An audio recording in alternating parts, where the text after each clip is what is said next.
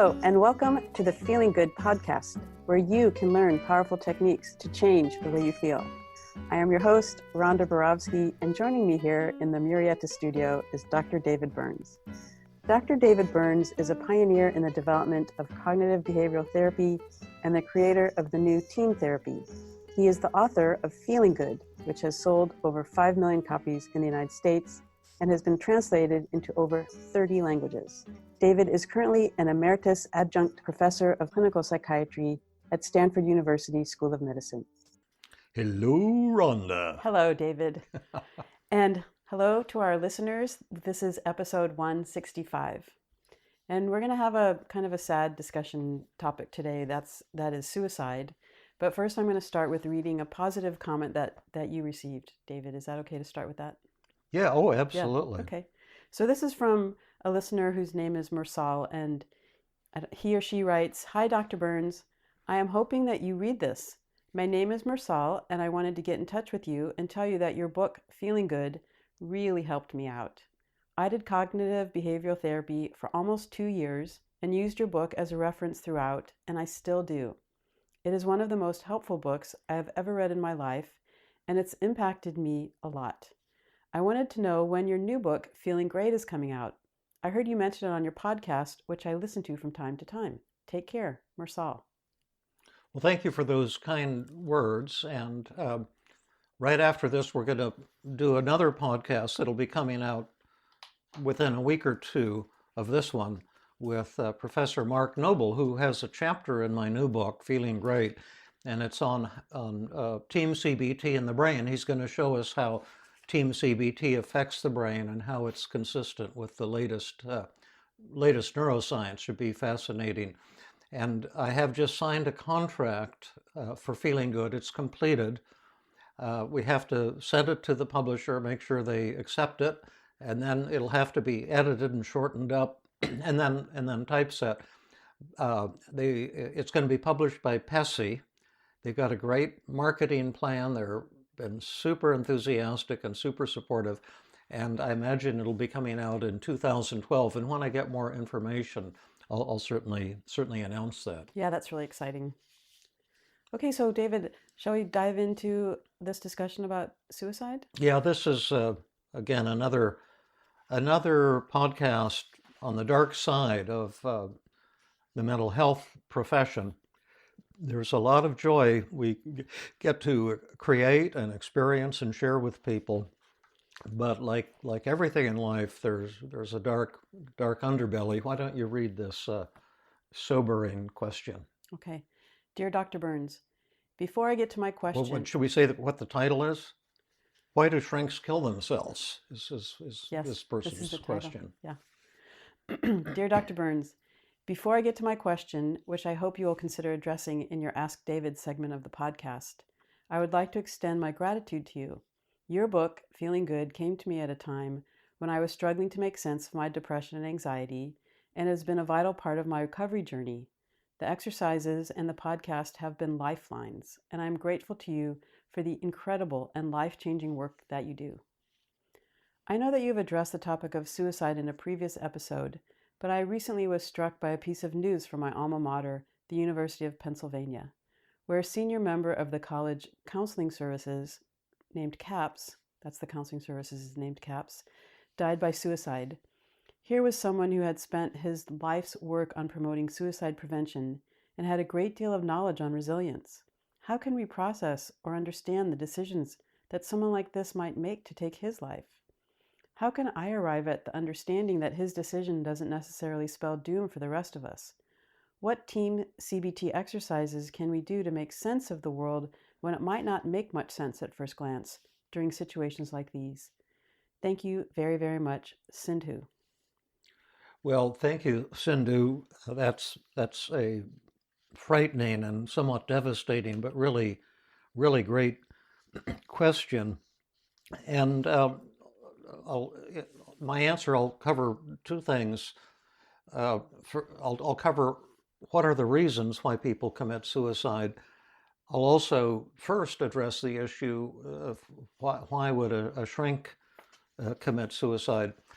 I'm aware of at least 3 mental health professionals who have died and from suicide. The first was Mike Mahoney, someone I loved and idolized. He was one of the original creators of cognitive therapy, and I first heard about cognitive therapy from a grand rounds he gave at Penn, and he was quite a charismatic fellow. He was short in stature, but had been an Olympic gold medalist in weightlifting, in addition to being a prominent and creative clinical psychologist. And he used to come to Penn, and when I was just a beginner in therapy, I was starting to learn cognitive therapy, and he would bring his students. I think he was at Penn State at the time. And he would sit in with me working with a very difficult patient, and then he would comment afterwards on how maybe mistakes that I was making and how I might change my strategies to help the patient. I can remember times when his input actually transformed my clinical work and allowed someone who was hopeless and stuck to recover.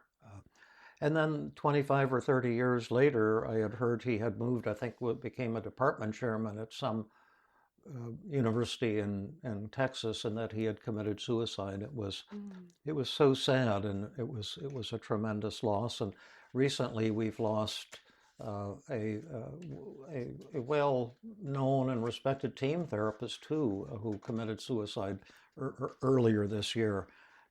So I'm sorry, I'm getting criticized for making noise with the paper. I'm sorry. It's not surprising to me that a therapist would commit suicide. I think more than 30,000 therapists have attended my workshop, and in my weekly training group at Stanford over the last 15 years, there have been hundreds of therapists who have participated. And everyone that I've known has struggled with pretty severe depression and anxiety disorders. And that's why we do personal work, and we're going to do personal work in the Tuesday group tonight, because we think it's vital for therapists to do their own work. Because when you've recovered, then you have a much deeper and more meaningful message to bring to your patients. You've got greater compassion, a deeper understanding, and a greater, I would say, zeal and excitement that change and dramatic change is always possible. But I think one reason people who are attracted to becoming mental health professionals is because of their own wounds that they haven't yet resolved, and so they go into the field hoping to find that healing that has eluded them. And so and in addition, I would say that work as a mental health professional is extremely challenging. I think it's one of the most stressful jobs in the world. They say that people who land planes in airports, I mean, the people who... Traffic controllers? Yeah, traffic controllers is one of the most stressful careers, and I'm sure it is. But at our clinic in Philadelphia, almost a third of the patients who came to us had severe borderline personality disorder, and most were actively and fulminantly suicidal and self-destructive as well. And it's a great joy to work with people like that and to bring them to recovery. But it's also a very frightening and demanding and anxiety-provoking type of thing. And it's because of my work with patients like that I came to develop TEAM, because I realized I needed something more powerful than Becky and cognitive behavioral therapy. So before we go on to... Well, it's kind of like you had said before, that expecting a mental health professional not to have depression or anxiety or thoughts or, the desire to kill themselves is kind of like going to a cardiologist and thinking, well, that cardiologist will never have a heart attack, or an infectious disease specialist could never have pneumonia. Yeah, and it's a kind of hidden should statement that somehow a mental health professional shouldn't have depression or anxiety. But that should is one of the 10 distortions, and the question is why shouldn't they? Yeah, why not? And I don't think it's even shameful either. I've had my own struggles. Recently, I was in intense conflict with a colleague, and it caused me enormous suffering and anxiety. And I had to use my tools. He had to use the tools too that he learned, and we talked about it. Monday after 3 pretty horrible weeks for me, and had the most amazing, triumphant connection. It was just, just fantastic. But I think we all get kicked in the stomach by life sometimes, Yeah, absolutely. and it would be nice if we had some special breed of human beings who treated people and who never had their own struggles. But it's not real. It's not realistic. No, no. Well, yeah, thanks for that, Rhonda. Now, why do people commit suicide? What are the causes? And I'm not sure we know all of them, but we sure know a lot of them. Now, one of the ones that Beck emphasized a lot was hopelessness. And I would say at least 80 or 90% of the people who struggle with depression, as well as those who struggle with anxiety disorders, often feel hopeless. And in the context of depression, hopelessness is never valid. It's an illusion, just like the worthlessness that depressed people feel is also never valid. It's always an illusion that results from distorted thinking. But you don't know that when you're depressed. And so you think it's real, that you really are worthless, you really are no good, and things really never will change. The pain will never go away. Yeah. The pain will never end. The pain, the shame, the anxiety, the inferiority, the self-hatred. And that's when people often turn to suicide as the only escape from their suffering. A second common cause is shame. Sometimes people commit suicide because they've been doing something, some habit or addiction, maybe pedophilia. It could be anything, and then they're about to get found out, or maybe they embezzled money. What? Or maybe they were found out. Yeah, they were found out. It's about to come out, and they can't forgive themselves. They can't imagine that others would forgive them, and then they begin to think of suicide, and often do commit Right, and suicide. we have examples of that, like Jeffrey Epstein. Oh yeah. Who was arrested for pedophilia. Yeah. Well, and multiple charges of sexual assault, and he killed himself in jail. And yeah. And then Dan White, who killed George Moscone and Harvey Milk, I think in the 70s or 80s. I can't remember when. And that was over homosexuality or something. Well, he wanted to, it's probably really complicated. He had resigned his position from the board of supervisors and wanted it back, and who knows what was going on with him. But once he was imprisoned, and when he was released from prison, within a week or two, he killed himself. Yeah. Another motive is revenge, and this is something that I wasn't taught, but I noticed it in a study I did at Stanford of roughly 170 patients that were consecutively admitted, and I was validating my easy diagnostic system, but I had tons of data on these people, and I noticed a significant correlation between resentment and suicidal urges, particularly in patients with borderline personality disorder. And I don't think that's ever been reported in the literature, but it's certainly consistent with impressions I've developed as a therapist, because I've treated so many suicidal patients, enormous numbers, I would say. I would say there have been times when I saw 50 suicidal patients in 1 week alone, because almost everyone who came to me was severely depressed. Wow. But I noticed that there was a revenge motive. A lot of times suicide is saying, you haven't loved me as much as you should, or you've rejected me, so I'm going to kill myself and make you suffer for the rest of your life. And kind of like, I'll show you. Yeah, that's right. And then the sad thing is, when you've had a loved one or a family member commit suicide, often you do suffer for the rest of your life. And if we have time in this podcast or a later podcast, we'll talk about how to treat the survivors' loved ones who have had a loved one commit suicide and who are beating up on themselves and saying it was my fault, I should have known, I should have done something differently. Another cause of suicide is severe pain, and people dying of cancer. And when it's a hopeless situation, there you have physician-assisted suicide, which is now legal in California. It was legal in Oregon, I think was the first state. And this is a controversial area, but according to my own personal value system, for what it's worth, I would personally strongly support this. When an animal that you love suffers, a cat or a dog, I would never let them suffer. I would give them euthanasia, and we have done that on a couple of occasions out of a sense of love, deep love, because I don't want you to suffer. I love you, and I will not let you suffer. And if you do that for an animal, why not do that for a loved one? And my father-in-law died of Parkinson's disease about 5 years ago, and it was devastating for our family and for his wife, my stepmother-in-law. And he had always had the fear of dying, drooling, being unable to swallow, and that's what happened to him.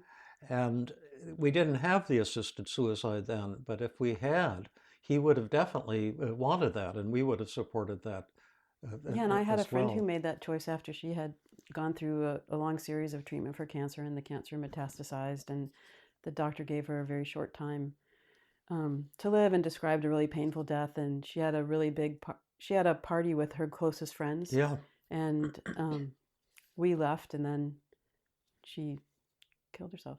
Yeah. But she went out with a lot of love, and it was her choice, and she was glad that she did it. Yeah, absolutely. Yeah, I just support that 200%. Then another thing that causes suicide is the achievement addiction. And one of the beliefs that causes depression and sometimes suicide is this idea my worth as a human being depends on my achievements. And that's a part of the Calvinist work ethic that's kind of at the basis of Western civilization. And that's one of the dysfunctional beliefs that we try to get people over in therapy. It's just really not true that people who've achieved more are more worthwhile. But it's hard to grasp that when you're depressed. And one of the most severe patients I treated early in my career was a young woman who was referred for a consult. She had what's called severe borderline personality disorder. And when she was referred to me for a consult, she was 18 years old, and at that point had been hospitalized for 4 years continuously. Wow. And those were the days when you could put people into hospitals for long periods of time. And she was suicidal constantly, and she would sometimes get a light bulb in her hospital room, unscrew it, break it, and then rip her skin, her flesh. Ouch. And she had many stitches from horrible wounds that she had inflicted, and no one had been able to help her. So her father brought her to Penn because cognitive therapy was the new thing, and he thought, well, maybe this would help. So he got a release from the hospital for to bring her from New York to Philadelphia to sit with me for an hour to find out, if she could be treated at Penn. And what made it particularly intense is her father was an attorney who specialized in suing psychiatrists and mental hospitals. So it was very anxiety provoking. Right. And when I met her, she sat down and said, I intend to commit suicide. And I said, well, why is that? And she said, well, I'm a lazy human being, so I deserve to die. And the way she was thinking was that she came from this high-achieving family, and she'd had several relatives who had committed suicide, close relatives and family members. But it was a high-achieving family, and she had this belief that your worthwhileness depends on your achievements. And she was unmotivated because she was depressed. That's a symptom of depression. But she thought, well, I'm lazy, and therefore I deserve to die. And she also said, I haven't even gone to high school, and I'm 18 years old. And all the other kids, they're going on to college now. And she had taken all of her education through tutoring in a mental hospital. And then, so I had a session with her, and she kind of liked it. And at the end, her father came in and said, do you think you want to work with this young doctor? And she said, I think I do. And my heart sunk. I thought, oh no, I'm stuck. I'm stuck. So she was transferred to a hospital in Philadelphia, and and I had no hospital privileges there, but the president of the hospital said I could meet with her on the baseball stadium behind the hospital 2 or 3 times a week. I could have sessions with her sitting there on the bleachers. So we did that for several weeks, and she started to improve. And I said, you're wasting time and money being in this mental hospital. Why don't you get out and go to summer school here, take some college classes? And she says, oh no. She said, I'm so stupid. That's ridiculous, Dr. Burns. I could never, compete with college students. I said, well, you're always so negative. Why don't you do it as an experiment and let's see what happens. So she got an apartment, which was way cheaper than being in the mental hospital, and started taking 2 classes at Penn, which is a pretty summer school classes. And I said, how are you doing? And she said, oh, I'm flunking. I told you I couldn't compete. I should just kill myself. And then at the end I said, well, what grades did she get? And she said, well, I don't want to tell you. I said, well, did you flunk? What are your grades? And she said, well, I got an A+ in both classes. And I said, well, how do you reconcile that you're a stupid loser? And she said, I must have fooled them. Well, you can really see how we talk about self-defeating beliefs can overcome, objective data. Yeah. But then I said to her, why don't you just walk over to the dean of students, and tell him that you want to be admitted to the fall class here? She said, that's ridiculous. This is September. They closed out applications last spring, and I haven't even been to high school yet. And I said, oh, I don't care about that. Just tell the dean to call me if he has any questions. You say I said you should go and be a member of the freshman class. And she said, Dr. Burns, you're crazy, but I'll do it. And then I got a call the next day from the dean, and he said, there's this very unusual situation. There's this young woman here who says she's a chronic mental patient, and you said she's supposed to be in the freshman class, and I mean, it doesn't make sense. And she said, I'm supposed to call you. And I said, well, I think she's a sleeper. She's a powerhouse. I'm pretty smart, and she outdoes me constantly. And I know it's a ridiculous request, but I would continue to support her. If you wanted to take a chance, I think you'd be happy. And he said, well, she hasn't even taken the SATs. But he says, but they're going to be given in 2 days, and I can arrange for her to take them and get an early reading. But if her SATs, her scholastic aptitude scores aren't high enough, we can't admit her. It's a very difficult school. Right. This is a long-winded story, but I hope people like it. And so he called me 2 days later. She took it, and he said, I got her grades back. And I said, how'd she do? He said, she's the highest in the United States. Oh my gosh. And they admitted her, and she graduated 4 years later, #1 in her class, and went on to Harvard Medical School. Oh. The details are slightly disguised to protect her. Wow. But it was, but she was very much into this. I'm not good enough because I haven't achieved enough, and but so moving to. And sometimes I feel like I wish I could just call her up and say, hello, do you remember me? And just see what her life has been like. Yeah. But anyway, we'll finish this podcast. That might be an interesting project. Yeah. Yeah. Isn't that an amazing story? It's really an amazing story. Yeah, it's such a happy ending. But then there's the love addiction, and a lot of people, we also say, oh, I'm playing with my pen. I'm sorry, I'll put it down. A lot of people say, I have to be loved to be happy and worthwhile, and then they'll become suicidal after they're rejected. That's another common cause of suicide. And then the last thing to mention just is drug and alcohol abuse, because sometimes when people are stoned, they become impulsive and will suddenly make a suicide attempt. So, or they might make an accident, or might become an accidental suicide if the drug is more powerful than they expected, or they didn't know what they were taking. Well, that can happen too. But what I'm talking about is a different phenomenon where people are somewhat suicidal, and then they get stoned, and then they become real suicidal and impulsive because their impulses have been reduced by the and do something. substance.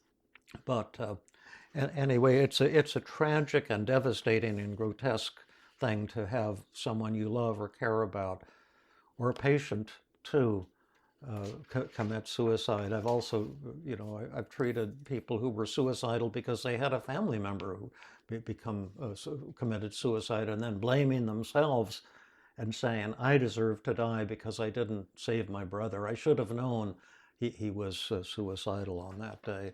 So should What? we do the second question Yeah, I real mean, quick? I think your point of that great story was that suicide is a really tragedy, and it's needless tragedy because the patient's or the person's intense negative thoughts and feelings can be really treated effectively in most Yeah, of all the cases. yeah, that's right. I once asked back early in my career, what if a patient really is hopeless?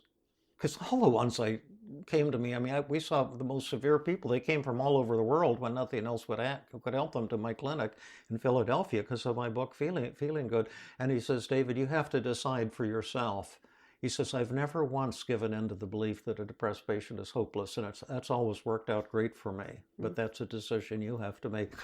And I decided to take exactly the same philosophy, and I've never given in to that belief, and I've clung stubbornly to the belief that every depressed patient can recover, not only somewhat, but completely. Oh, that's great. And Yeah. that has paid off.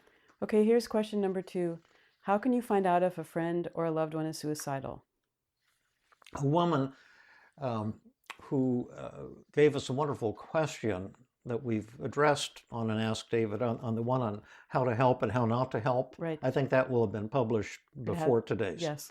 But she also asked, you see, she had a son. She was trying to figure out how to help her son, and she kept arguing with him because he said, I have a genetic depression, or I have a chemical imbalance. And she was arguing with him. And the point of the podcast was to learn to listen, to disarm, to acknowledge his feelings, to encourage him to talk rather than trying to get him to think correctly or think according to the doctrine of Dr. David or something. But then we talked about the fact that he sometimes sounds suicidal, and I said, well, suppose we do a podcast on how to tell if a family member or a loved one is suicidal. So that's what prompted this. And so here's some questions you can ask if you have a friend or a loved one. Well, that first, I mean, can you point out that there's kind of a myth that if you ask someone if they're suicidal, you're planting the idea in their head. So Yeah, you should never ask anyone, are you feeling suicidal? Are you having yeah, suicidal thoughts? What do you yeah, think about that? yeah. People are afraid. Oh gosh, I don't want to talk about it. It's too dangerous. I'll trigger a suicide attempt, and nothing could be further from the truth. It's the lack of knowledge, whether you're a therapist or a family member. It's the not knowing that will lead to the patient's death, the person's death. It's not asking the questions.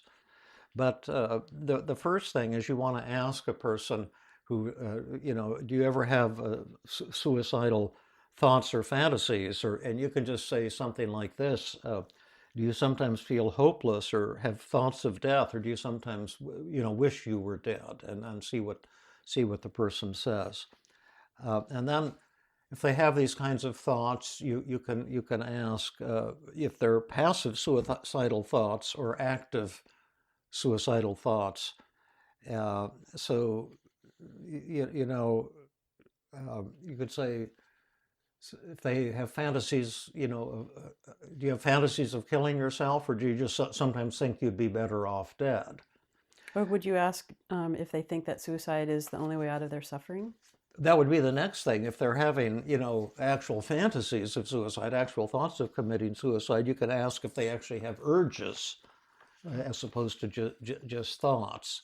And then if they have urges, you can ask, do you have plans? What method would you use? Would you hang yourself? Would you jump? Would you use a gun? And then you can talk about preparations. Have you gone to visit the spot where you're going to jump? Have you obtained a gun? Do you have the bullets? Have you made a will? And again, the more specific and active, the more dangerous it is. And then you can say, are there any deterrents? Is there anything holding you back, like religion or your love for your family? Uh, and if there aren't any strong deterrents, then the danger is greater. I've had patients that I really want to kill myself, but I never would because of my religion, because of my my love for my family, and that's usually a good indicator that you're safe. Would you ask if they had a support system or support network? Yeah, that's another thing. You mentioned something just a minute ago. Let's go back to that one. What was that? I skipped over it because it was. If they considered suicide as the only option to end their pain and Yeah, suffering. yeah. Do you feel that way? Like suicide is the only way out? That's a good one. Also, what's your desire to live? What's your desire to die? How strong are those? Have you made suicide attempts in the past? Because if some people say, oh, if they had a suicide attempt and survived, it was just a gesture, just a call for help. And nothing could be further from the truth. Usually, past unsuccessful suicide attempts are practice, Mm. and they learn more what it's going to take. And most people who have made past suicide attempts go ahead and eventually commit suicide, many of them. So that's actually a predictor of suicide rather than an indicator of safety. And then would you reach out to someone? That was the one you just said. Right. Like, would you call me? Or what would you do if you were feeling actively suicidal? Would you call 911? Would you go to an emergency room? Or is there someone else in your life? Like, do you have a relative or a friend that you would call? Yeah. Like people to support you. And I used to tell new patients, would you call me? Say, I'm in private practice. I hate telephone calls, emergency calls. But the one time I want you to call me is if you're feeling suicidal. I'd rather hear from you at 2 in the morning than get a call from the coroner at 4 in the morning. Right. So that type of thing. And again, is this person using drugs or alcohol and getting stoned of someone who's hopeless and depressed? Because that again makes it more likely that they might make a suicide attempt. Also, you can ask them, or ask yourself, is this person a wild, impulsive kind of person? Lately, there's been new talk about impulsive suicides, where the person isn't even planning it or thinking about it that much, but all of a sudden, I was reading just yesterday in a psychiatric journal about a woman who was kind of depressed, and she was driving on the highway, and just on spur of the moment, she turned and hit a truck head on. But she survived and then described it later, and she just had that sudden impulse. Her life was screwed up, and she was angry and upset and despondent about a lot of things. But she hadn't ever really talked to anyone about suicide, or it came out of the blue. And then another two things are trust. Does this person trust me? Do we have a trusting relationship? And honesty, can I believe what they're telling me? And you can ask them the way you've been answering these questions. Is that true? Are you comfortable with the questions? And are you comfortable answering them? Are you afraid to answer them honestly? Are you afraid I'll lock you up or something if you talk about your suicidal feelings? So those are the questions, and you may not want to ask them. It's gruesome. It's terrifying. You may want to avoid it.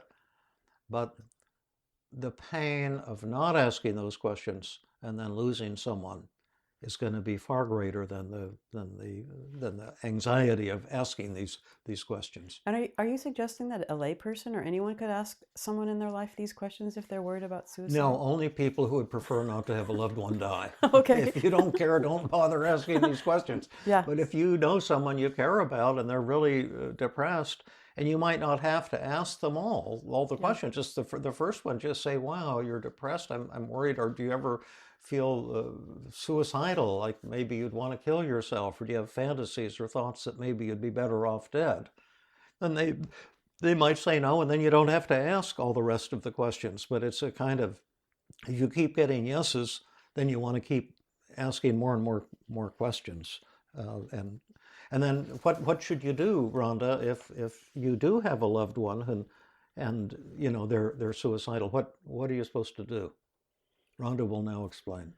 Well, I think if you're convinced that your loved one is suicidal, it would be helpful to get them to an emergency room, maybe a psych emergency, or find out if they have a therapist, how facilitate a call to the therapist, and maybe if they refuse to go to this hospital, it's a sad situation, but you might need to call 911 and try to have the police, take them I had to to do that once. I had a teenage girl in my office who said she was going to commit suicide that night, and I couldn't stop her.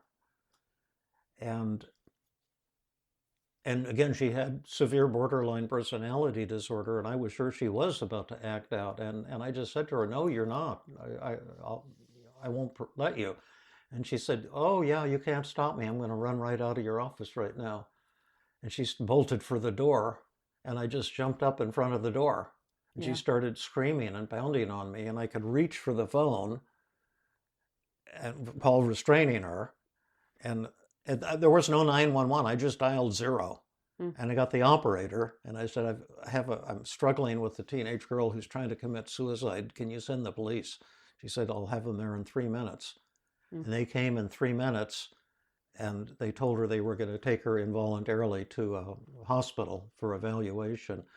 And she went out of my room screaming, "Dr. Burns, you're the worst shrink in the world. I hate you. You're total horrible," 4-letter words. And of course, I was just starting my practice. And I thought, this isn't exactly the best advertising. and I never saw her again. Oh. But I got a call from the chief of the National Institute of Mental Health about 5 years later. And he said, "Did you ever treat so-and-so?" And I'm thinking, oh gosh, it's probably going to be an ethics complaint or a malpractice suit or something. And I said, "Well, I saw her a few times, and not that long." And he says, "What treatment did you use?" I said, "Well, I was trying to get her to do cognitive therapy." But why do you ask? Actually, the thing that set her off is I told her, "You've got to do homework, or you cannot recover. You must do homework." And that's when she said, "I'm going to kill myself." But I said, "Well, why are you asking?" I thought he was going to bust me. And he said, "Well, after she, left you, she was seen by 12 psychiatrists, and they referred her to the National Institute of Mental Health. And I asked her, did anyone ever help you?" And she said, "Only one person." And he said to her, "Who was that?" She said, "Oh, Dr. Burns was the only one who helped me." And so he said, "I'm trying to find out what you did that was so helpful." Oh, that's great. But That's yeah, great. sometimes you have to, take a chance to save someone's life. Maybe that's enough for Well, today. Dave, just briefly, I think we have time for you. Can you tell us how you would treat someone who is suicidal? I think it's going to be a full podcast, so let's save that for a Well, actually, I future. think we have a podcast on suicide.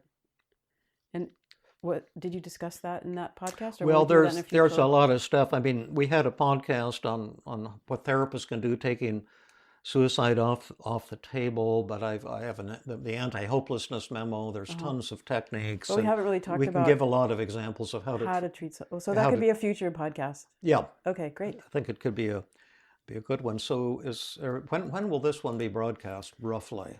Will it be before the Atlanta intensive, which is November 3rd or 1st or This something? will be broadcast November 4th. Okay, it's too late for the Atlanta intensive. So by way of commercial messages, I'll just say that if you're interested in training in 2020, there's a lot of great programs coming up. 2 with my dear colleague Jill Levitt. One on overcoming resistance. It'll be 1-day workshop. You can join from anywhere in the world. We're going to also have the how to challenge each of the 10 cognitive distortions. We're going to call it the Cognitive Distortion Toolkit. That'll be a 1-day.